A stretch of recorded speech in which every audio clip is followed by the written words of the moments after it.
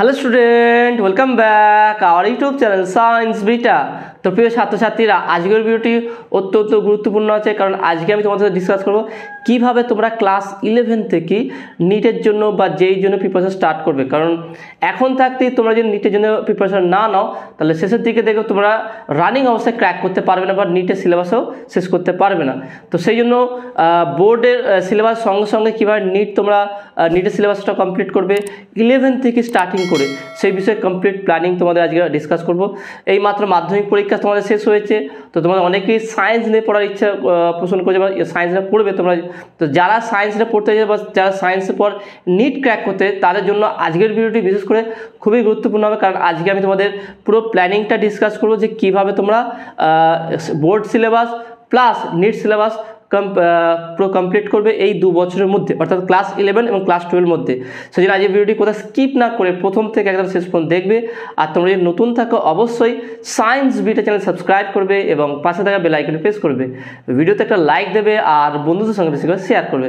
কারণ science beta চ্যানেলে class 10 to 12 physics, math, chemistry class regular দেওয়া হয়।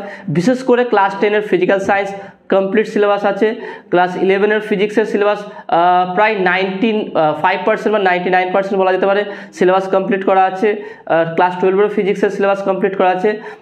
এমনকি নিটেরও তোমাদের কিছু ক্লাস দেওয়া আছে। তো এবার থেকে রেগুলার বেসিসে নিটের ক্লাস দেওয়া এনসিইআরটি বই থেকে, তার সঙ্গে যেই মানে WBJEE বা JEE মেন্সের জন্য সেঙ্গেজ পাবলিকেশন ম্যাথামেটিক্সের বই সলভ করা হয়। তো এই ক্লাসগুলো রেগুলার এবার থেকে তোমাদের থাকবে। তো এই ক্লাসগুলো তোমরা ফলো করতে পারো। আর যেটা আমি তোমাদের বলতে চাইছি সেটা হচ্ছে কীভাবে এমন প্ল্যানিং করতে হবে, কীভাবে যে তোমরা প্ল্যানিং করবে, কীভাবে স্টাডি করলে তোমরা এই 2 বছরের মধ্যে, অর্থাৎ ক্লাস 11 এবং ক্লাস 12 এর মধ্যে তোমরা নিটের সিলেবাসও কমপ্লিট করতে পারবে বা WBJEE সিলেবাসও কমপ্লিট করতে পারবে, তার সঙ্গে বোর্ড সিলেবাসও ভালোভাবে কমপ্লিট করতে পারবে। কারণ কোনো একটার বেশি জোর দেওয়ার আর একটা বেশি কম, যদি কোনো ডিসব্যালেন্স হয়ে যায়, অর্থাৎ ধরো তুমি এখন থাকতে নিটের জন্য খুব চিন্তা ভাবনা করছো যে সেই জন্য নিটের উপর বেশি জোর দিতে বোর্ড সিলেবাসটা তোমার কমপ্লিট হচ্ছে না বা বোর্ডের সিলেবাসের যে বেসিক কনসেপ্টটা সেটাই ক্লিয়ার হচ্ছে না, তো এখান থেকে তোমার মেন বোর্ড এক্সাম খারাপ হয়ে যেতে পারে। বা যদি বোর্ড এক্সামে যে বেশি ফোকাস দেওয়ার নিটের জন্য শেষের দিকে সময় দাও, সেখানেও নিটের ক্ষেত্রে কিন্তু হচ্ছে কি তুমি সিলেবাস কমপ্লিট করতে পারবে, আর নিটেও সেরকম একটা ভালো রেজাল্ট করতে পারবে না। তো এমন একটা কম্প্যাক্ট সিলেবাস বা এমন একটা কম্প্যাক্ট প্ল্যানিং থাকা দরকার, যার ফলে তুমি কি করতে পারবে কি এই 2 বছরের মধ্যে খুব ভালোভাবে বোর্ডের সিলেবাসটা কমপ্লিট করতে পারবে এবং নিট সিলেবাসটা কমপ্লিট করতে পারবে। তার একটা সম্পূর্ণ প্ল্যানিং আলোচনা করব। তো প্রথমটা আমি যেটা বলতে চাই, ফার্স্ট স্টেপ বা ফার্স্ট পয়েন্ট যেটা বলবো সেটা হচ্ছে কি রেগুলার বেসিসে পড়াশোনা করতে হবে তোমাকে। কয়েকটা গুরুত্বপূর্ণ পয়েন্ট বলবো, এই পয়েন্টগুলো তোমরা যদি মনে রাখো বা খাতায় নোট করে রাখো এবং এই হিসাবে যে চলো, আশা করা যায় তোমার ফাইনাল পরীক্ষার আগে তুমি প্রায় সিলেবাস সবই শেষ করতে পারবে। ওকে, তাহলে প্রথম পয়েন্ট আমি বললাম কি রেগুলার বেসিসে পড়াশোনা করা, অর্থাৎ তোমার একটা ডেইলি রুটিন থাকা দরকার। তোমরা একটা 1 নম্বর যদি পয়েন্ট বলি, daily time table.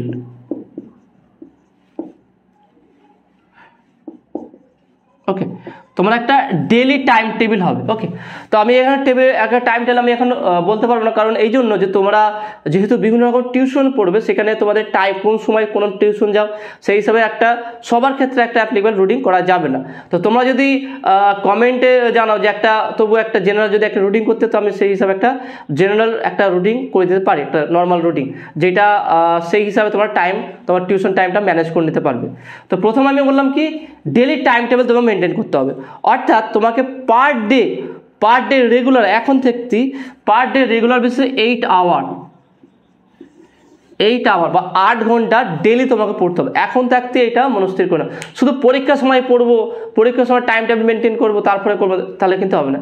NEET crack করতে, বিশেষ করে যারা শুধু HS দেওয়ার পর নিটের জন্য পড়ছে, তাদের যারা 1 বছর 2 বছর ড্রপ দিচ্ছে, তাদের সঙ্গে যে তোমার পরামর্শ করে দেখবে তারা দিনে কত ঘন্টা পড়ে। তো কীভাবে পড়ে আমি বলছি, টানা 8 ঘন্টা পড়তে আমি বলছি 2 আওয়ার ব্রেক। ওকে, 2 আওয়ার করে 2 ঘন্টা করে পড়বে, তারপর ব্রেক, আবার 2 ঘন্টা পড়বে, আবার ব্রেক, মানে স্প্লিট করে। ওকে, তার মানে 8 ঘন্টাকে 2 ঘন্টা করে তোমাকে পড়তে হবে একদম, মানে 4টে স্প্লিট হবে। তো 4 বারে তোমার পড়তে হবে, টানা 8 ঘন্টা পড়লে তোমার ব্রেন থেকে সব আউট হয়ে যাবে। মানে সেই জন্য খুব স্ট্রেস দিয়ে সারাক্ষণ পড়বো এই কনসেপ্টটা কিন্তু ভুল। অনেকেই স্টুডেন্ট ভাবে যে প্রথম থেকে আমি স্টার্ট করে টানা এখানে সারাদিন রাত খালি পড়ে যাচ্ছি। সারাদিন রাত পড়লে তো প্রথম হয়তো ভালো লাগবে, তারপর দেখবে তোমার ব্রেন নিতে পারবে না। বই নিয়ে বসছো পড়ছো কিন্তু কিছু ঢুকছে না, তো এরকম হয়ে যাবে, সেই জন্য ব্রেন আউট হয়ে যাবে। সেই জন্য এরকমভাবে পড়ার দরকার নেই। 2 ঘন্টা পড়বে রেস্ট, 2 ঘন্টা পড়বে আবার রেস্ট, আবার 2 ঘন্টা পড়বে রেস্ট, এইভাবে টাইমটা মেনটেন করবে। দিনে 8 ঘন্টা করে এখন থাকতে স্টার্ট করবে, তাহলে পার ডে টাইমটা থাকবে কি 8 ঘন্টা। এমনভাবে তোমার টাইম টেবিল তৈরি করবে, অর্থাৎ সকাল থেকে ঘুমোতে যাওয়ার আগে পর্যন্ত টিউশন, এই 8 ঘন্টার মধ্যে টিউশন বাদ দিয়ে, কিন্তু সমস্ত জিনিস বাদ দিয়ে 8 ঘন্টা তোমাকে বের করতে হবে। কীভাবে বের করবে সেটা তোমার ব্যাপার। অবশ্যই টানা 8 ঘন্টা বের করবে না, আমি বললাম কি 2 ঘন্টা ব্রেক করে। তাহলে দেখে নাও এখন থাকতে এই রুটিনটা তোমার ফলো করো।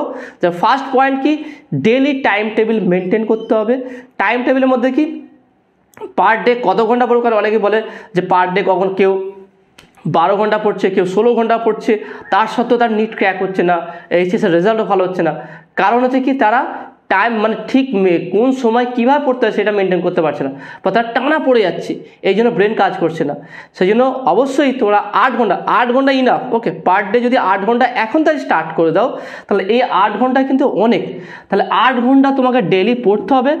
অবশ্যই 2 ঘন্টা করে ব্রেক, টানা 8 ঘন্টা 2 ঘন্টা পড়বে, ব্রেক নেবে, খাওয়া দাওয়া, টিফিন করা বা গল্প করা, বা হতে পারে ধরো সকালবেলা তুমি 2 ঘন্টা পড়লে, একটু হালকা টিফিন করলে, আবার 2 ঘন্টা পড়লে, তারপর টিউশন চলে গেলে, আবার এসে একটু রেস্ট নিয়ে আবার 2 ঘন্টা পড়লে, আবার তুমি কোনো টিউশন গিয়ে আবার রেস্ট নিয়ে আবার 2 ঘন্টা পড়লে। এইভাবে কিন্তু মানে টিউশন পড়ানো, স্কুল সব বাদ দিয়ে তোমাকে এই 8 ঘন্টা কভার করতে হবে, চেষ্টা করতে হবে 8 ঘন্টা কভার করা পার ডে।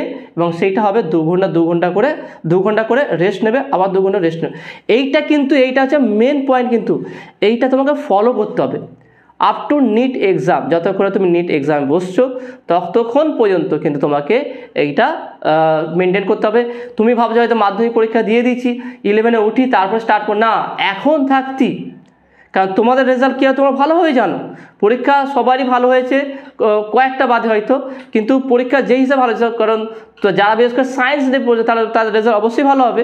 তো সেই হিসাবে সায়েন্স নিয়ে পড়ছো, নিট এক্সাম দেবে, তাহলে টাইম টেবিলটা তোমাকে মেনটেন করতে হবে। রেস্ট নিয়ে দরকার নেই, রেস্ট তখনই নেবে, এটা মনে স্থির করে নাও, বা একটা নিজেকে একটা মোটিভেট করে নাও, সেলফ মোটিভেট করো। রেস্ট তখনই নেবো যখন আমি নিট ক্র্যাক করব, তার আগে নো রেস্ট। ওকে, সেই হিসাবে কিন্তু তোমাকে এই টাইম টেবিল মেনটেন করতে হবে, এই সময় এই ঘন্টাটা পার ডে মেনটেন করতে হবে। আর এই টাইম ব্রেক করি, কারণ টানা পড়লে আমি বারবার বলছি তুমি মনে রাখতে পারবে না, কিছুদিন পর সেটা ভুলে যাবে।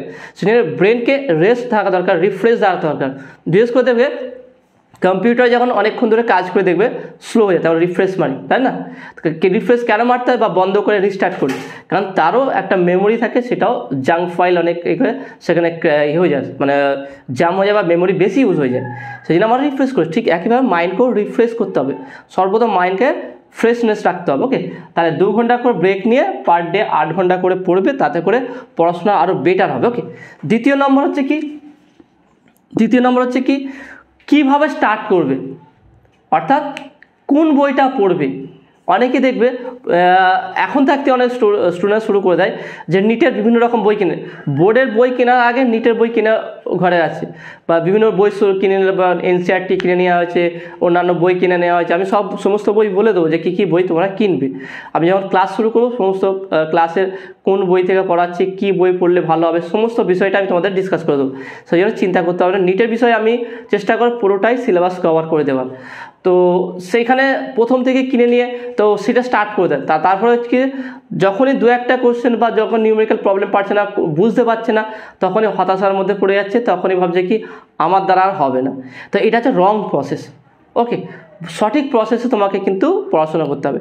প্রথম কী করে দেখে না, প্রথমেই কিন্তু নিটের পড়া স্টার্ট করবে না।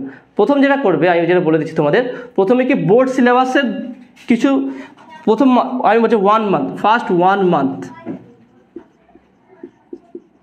স্টাডি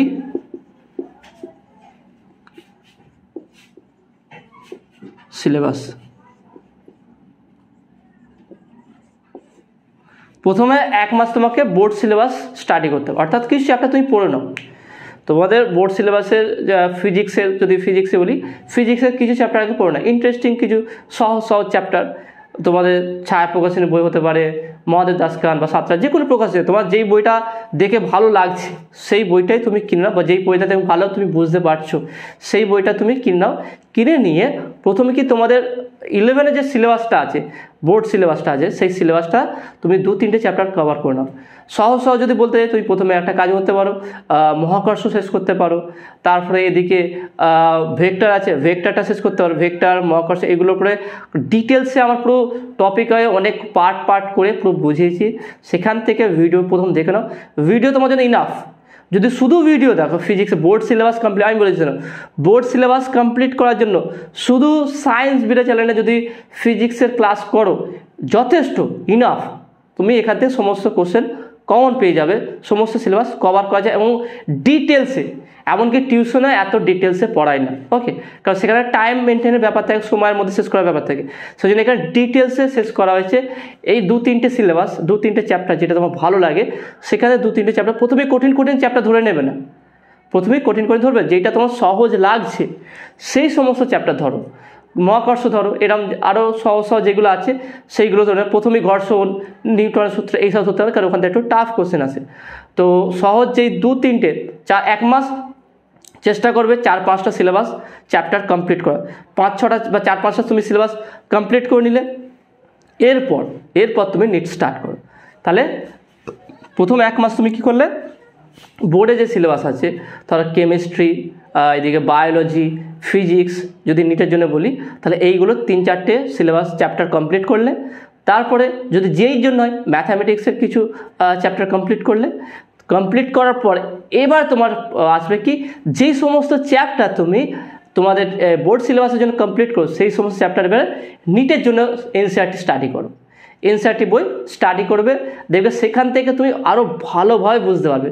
প্রথম থেকে তুমি এনসিইআরটি খুলে পড়তে শুরু করে দিলে, এটা করতে হবে, তা দেখবে তোমার এক সময় খুব বোরিং লাগবে আর খুব টাফ লেগে যাবে, আর তখন আর মনে হবে যে আমার দ্বারা হয়তো সম্ভব নয়, না আগে এটা করি আগে ওইটা। তো এই কনফিউজটা ম্যাক্সিমাম স্টুডেন্ট থাকে যে আগে কোনটা পড়বো। অনেকেই ফোন করে বলে যে আগে আমি স্যার নিটের জন্য পড়বো, না বোর্ডের জন্য এই জন্য পড়বো, এইটা কি পড়বো, আগে ছায়া প্রকাশনের বই পড়বো, না আগে এনসিইআরটি পড়বো, না ডিসি পান্ডে পড়বো, না ফিঙ্গার টিপস পড়বো, না ইরলেস ফিজিক্স পড়বো।